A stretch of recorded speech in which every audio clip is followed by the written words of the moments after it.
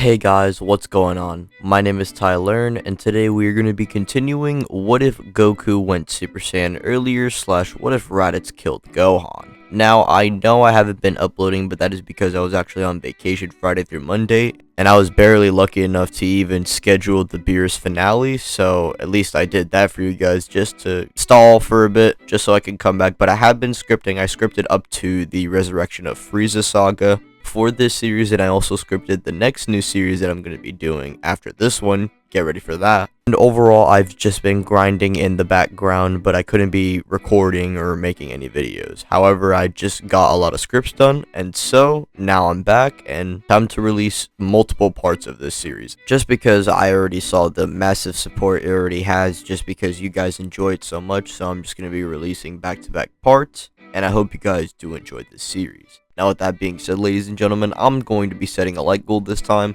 and this will be 400 likes. If we reach 400 likes, then part 3 will come out. With that being said, I'm just going to shut up now, and I hope you guys do enjoy the video. Hey, collecting rings like I'm Sonic. Bitches wanna party. Virus getting heavy, so I got 'em on a diet, yeah. Flex like I'm Hogan.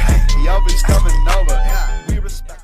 Now, like in canon, we still have Namek being set up. However, this time, Goku isn't as injured as his canonical self due to him not using a stressful form such as the Kaioken. This means Goku, along with Tien, Krillin, Piccolo, Yamcha, and Bulma, all head to Namek in hopes to revive their friend Chaozu. During this trip, the group would do image training together, leading into them being slightly stronger than their canon selves. I'll put power levels on the screen just so you can see where they are at by the time they arrive on Namek. Goku as well, thanks to this training and mainly sparring with Great Ape Vegeta in his head while constantly in his SSJ form just simulating that fight, allows him to at least gain enough control to turn this form on and off quite easily. Some of you might complain about this, but personally, I think this is pretty reasonable to have in this timeline. This is not only 39 days to train, but we've already seen Goku when he first turned Super Saiyan being able to immediately turn it back on. But you could say, oh well, Goku's weaker here, but he has more experience with the form, so it balances out. So by this point he can turn Super Saiyan on and off, which gives the Z Fighters a major advantage. Anyways, Yamcha and Krillin, like Krillin and Gohan, fold the Frieza soldiers, and like in canon, they would encounter the Namekian village where they see Frieza having not only 5 Dragon Balls, but we also see Dodoria, aka Frieza's henchman, going on a murdering spree, murdering all the Namekians and including the Elder, and is about to murder Dende.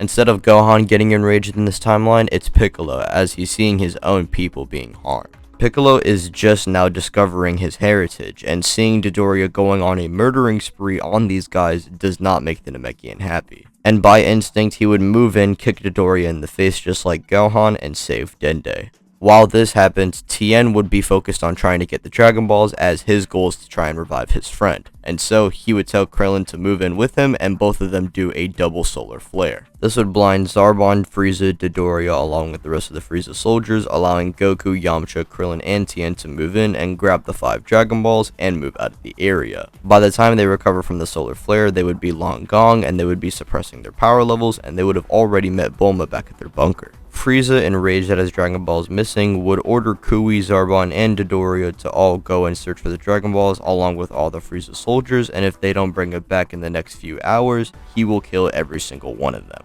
This means all the Frieza soldiers would begin to invade Namekian villages trying to find the other Dragon Balls, along with also trying to find the Z Fighters. This would lead into Piccolo and Dende along with the other Z Fighters going to Guru's house, where they not only get the next Dragon Ball, but they also get their potential unlocked. However, instead of Krillin and Guru having that initial conversation, it would be Piccolo and Guru sensing Piccolo's intention. And Guru would be understanding Piccolo's pain and overall just question of his identity. And while on his short time on Namek, he saw all the different things Namekians do and overall wants to explore more of that. However, Frieza just ruined that and he's going to pay. With that being said, Piccolo's potential would be unlocked, which would be detected on Zarbon, Dodoria, and Kui's scouter, and they would see a location before their scouters exploded, reading a power level of over 30,000. However, that wasn't even close to Piccolo's power. That was like barely 1/3. Piccolo's full power is actually over 97,000. Goku and the others would also get their potential unlocked, and by the time they leave Guru's house, Kui, Zarbon, and Dodoria would have located them. Zarbon and Dodoria initially jump at Goku and Piccolo, who easily dodge these two, and Goku would kick Dodoria while Piccolo would punch a hole right through Zarbon before he can even get the chance to transform, blasting a hole through him just like Vegeta did.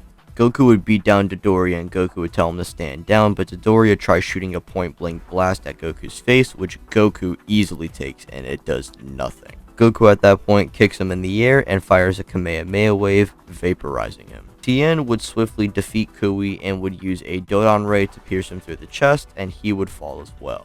Now, the only other Dragon Ball they need is the one where Vegeta invaded the Namekian village and basically slaughtered all of them just to get the Dragon Ball. This time, the Frieza soldiers would get there before the Z Fighters, and the Frieza soldiers would have acquired the Dragon Ball while also massacring all the Namekians. Piccolo, enraged at this act, arrives on the scene and would massacre all the Frieza soldiers while also getting the final Dragon Ball they need. While this was all happening, the Frieza soldiers would report that Zarbon, Dodoria, and Kui are dead, and Frieza, enraged at this act, would have already called the Ginyu Force, and by the time they've acquired the final Dragon Ball, they would see 5 space pods arriving onto Namek. Tien, Yamcha, and Krillin all decide to head out to Guru's to go and get Dende, who would go and summon the dragon. Meanwhile, Piccolo and Goku would take care of the fodder. Piccolo would have easily soloed Burter, Jace, Golda, and Recoome, and Goku, just flexing off his power, would scare Captain Ginyu, as he would then catch him off guard with his body change technique. Piccolo would beat up Captain Ginyu in Goku's body, and this would lead into Ginyu trying to swap with him, but luckily last minute Goku manages to intercept and would be back in his body, and the whole frog situation happens the same, but this time Piccolo would blast the frog before he can get away, preventing Ginyu from coming back.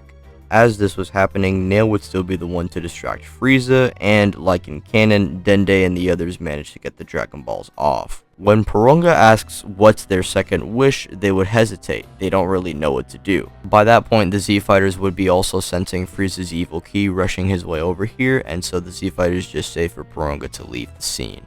He leaves along with the Dragon Balls being scattered across planet Namek. When Frieza arrives, he would be enraged and would be ready to take on the Z Fighters. As for Piccolo, he would have found a nearby Frieza ship, eliminated all the goons, and would have put Goku in a healing pod, telling him to come out whenever he's fully recovered.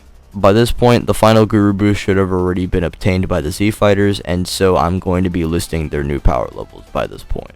Piccolo would be at 607,500, Tien would be at 162,000, Krillin would be at over 129,000, and Yamcha would be at over 102,000. Basically what I did to get the exact multiplier was I divided Krillin's 75,000 power level by his 12,000 power level, which is a 6.25 times difference. And so I just multiplied that with their first initial boost power levels, and that's where we are now.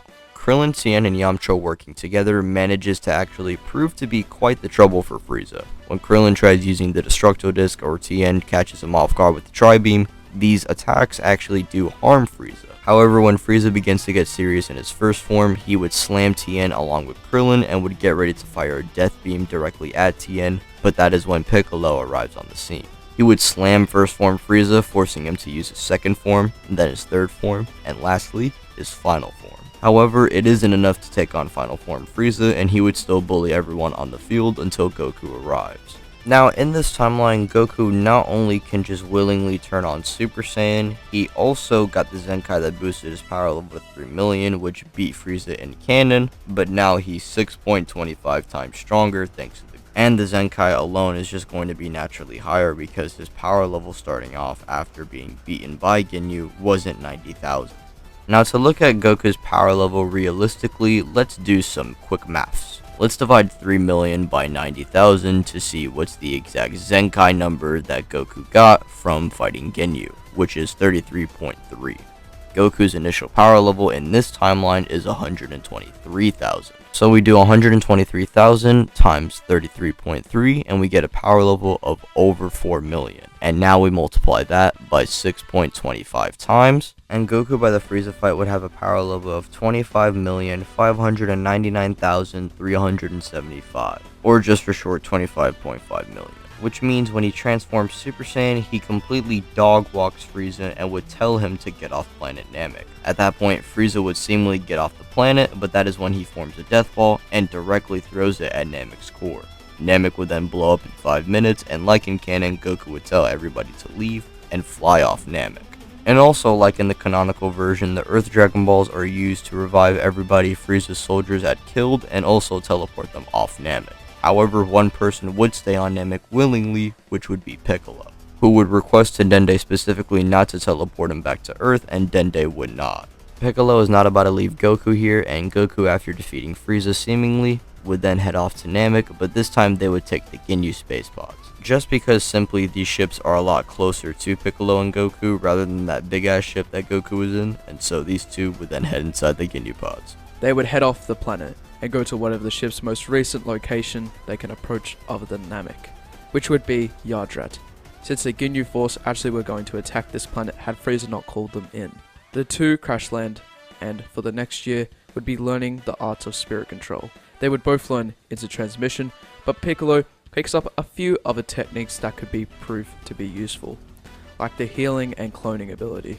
And for Goku, he'd be trying to use this spirit control training to increase his time with Super Saiyan, since it had been shown to take a massive toll on Goku when using it. While trying to approach this, however, he and Piccolo would be training. One day, he discovers a power that's beyond Super Saiyan, only for a brief moment though, before collapsing. However, the drain from it is incredible, and that's something Goku can't have. And yes, this was Goku's first discovery of the Ascended Super Saiyan transformation, due to having a good mastery over Grade 1 by this point. But him seeing the flaws in this, knows not to approach surpassing Super Saiyan in this way. As for what's happening on Earth, well, after the Namekians were wished back to New Namek, things have been peaceful with no threats up until Mecha Frieza and King Cold arrive. However, as that happens, I definitely see Piccolo catching on and not risking Earth being harmed. So he teleports and he is ready to face these two by himself. He powers up as a clone of Piccolo appears behind him. The clone would take on King Cold, while the real one takes on Frieza. And Piccolo is proving to be a challenge for these guys. Piccolo laughs, saying how he may not be a Super Saiyan, but training with one for a year made him stronger than the Super Saiyan who defeated Frieza on Namek. He would swiftly outclass the two tyrants before then launching a fast-charged special beam cannon that he managed to adapt thanks to his Yardrat training. Both Piccolos do this, ending off Frieza and King Cold. Goku arrives after this, and Piccolo and Goku all return and say hi to their friends. However, they do sense something weird in the distance and quickly use instant transmission to get the jump on this anonymous energy. The man says he means no harm, as he came from the future to help Goku. Future Trunks has arrived and would explain his backstory to Piccolo and Goku.